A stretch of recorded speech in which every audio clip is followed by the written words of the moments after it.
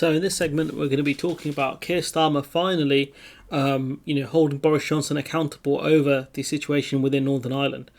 Just before that, I read some of the comments on this article, and that was a big mistake. Don't do it, people. I'm warning you. Starmer finally doing something, with regards to Brexit.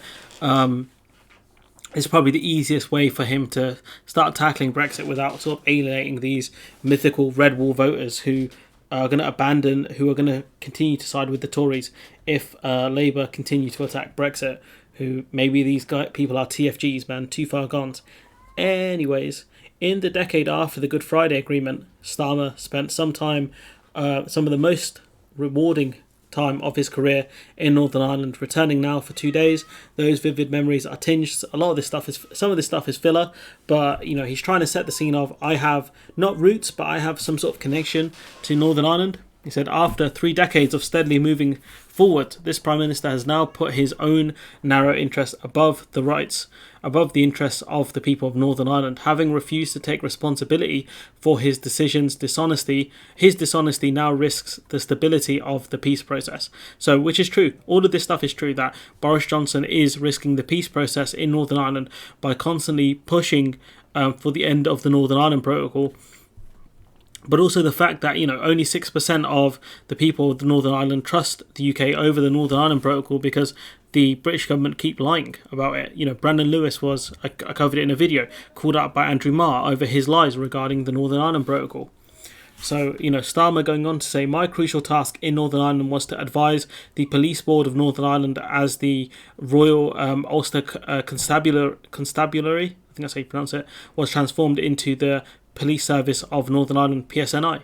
I remember the tensions etched on the faces of the officers in their command suites as they made split-second decisions about policing of parades. I saw at once how much was at stake, and I have never forgotten the lesson. So again, he's putting himself, he has no direct connection with Northern Ireland. He's not a descendant from that area and whatever, but he's putting a direct connection that, part of his career was in Northern Ireland, part of his career as a prosecutor, as a lawyer.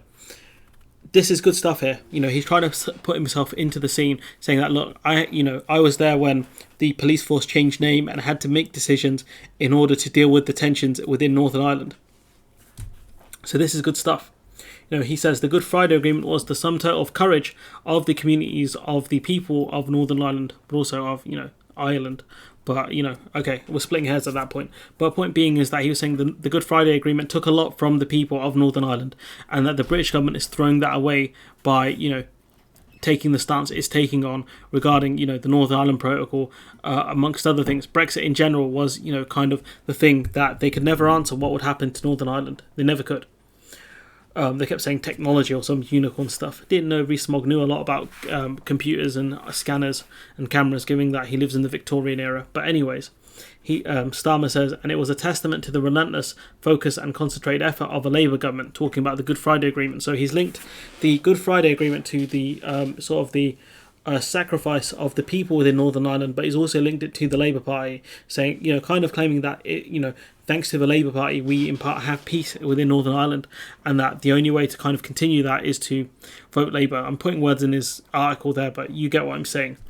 Starmer saying his Boris Johnson's custody of the precious Good Friday Agreement has been designed to shore up his own party's advantage is reckless and foolish, saying that he sacrificed Northern Ireland in order to keep himself popular, in order to push through the Brexit he wanted to.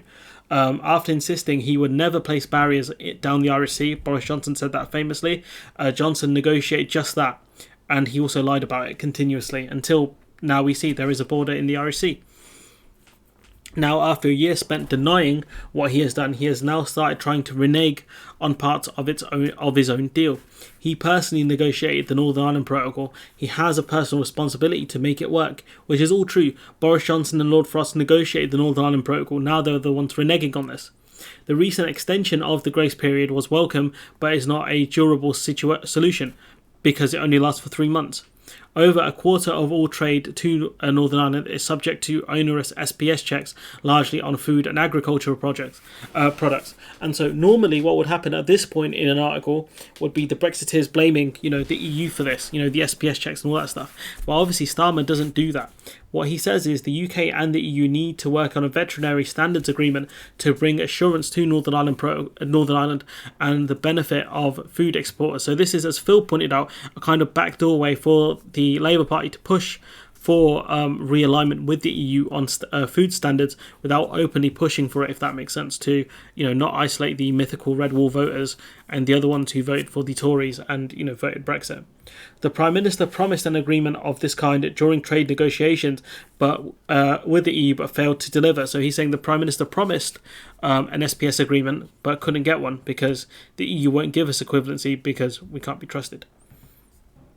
Peace in Northern Ireland is still fragile. 23 years on from the agreement, paramilitary activity is still high, nor is it a coincidence that violence has flared in areas of profound deprivation. So he's linking poverty to the violence. Again, good stuff here. He talks about where children are educated in segregated schools. Is he talking about gender there? I don't know. And educational attainment is too low. Reconciliation and social justice should walk hand in hand. So he's saying that, look, we need to invest in these areas. That these areas where people are living deprived lives, who are living in poverty, are kind of pushed towards violence. And so by helping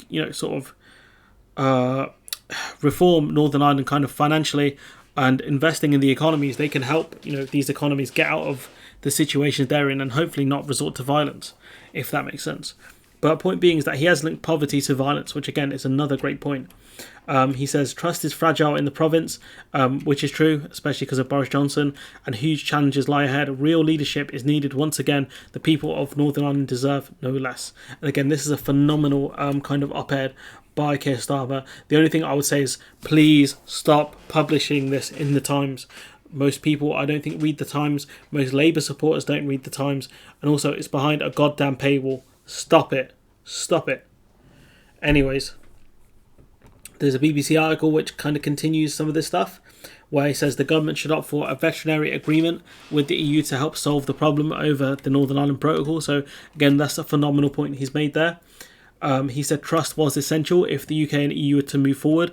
Frost and Johnson have done all that they can to break trust between the UK and the EU. He says the Prime Minister negotiated this protocol. He wasn't straightforward about what it meant. He constantly lied about it. So again, great points here from Starmer. He said Boris Johnson was trying to take the people in Northern Ireland as fools, which again is absolutely true, because he is. He's trying to tell them that there isn't a border within the Irish Sea. There is. He's saying it's the fault of the EU, even though the British government negotiated and accepted it. And then he uses the same constant buzzwords to attack the EU over the Northern Ireland Protocol, even though it was the UK which agreed to all of this stuff. He says, Starmer says, a veterinary agreement would be a big step in the right direction, but even more important than that is trust. If we're to find a way forward, there has to be trust. Trust with the people of Northern Ireland and trust with the EU. So again, a great op-ed and some great quotes here from Starmer, finally taking aim at Boris Johnson regarding the Northern Ireland Protocol and in part regarding Brexit. So finally, the Labour Party are stepping up and doing something. I don't know if it's too little too late, but he needs to keep doing stuff like this. He needs to go on TV more, start doing more interviews about the Northern Ireland Protocol and how, the importance of getting an SPS agreement, and the fact that the Americans have said even if we have an SPS agreement with the EU, that would not stop us from getting a US-UK deal. These are the points Starmer has to make. But anyways, I'm going to leave it there. Let me know what you think in the comments below. Like, comment, share, subscribe. Support the channel on Patreon if you can. And hopefully I'll see you in the next one.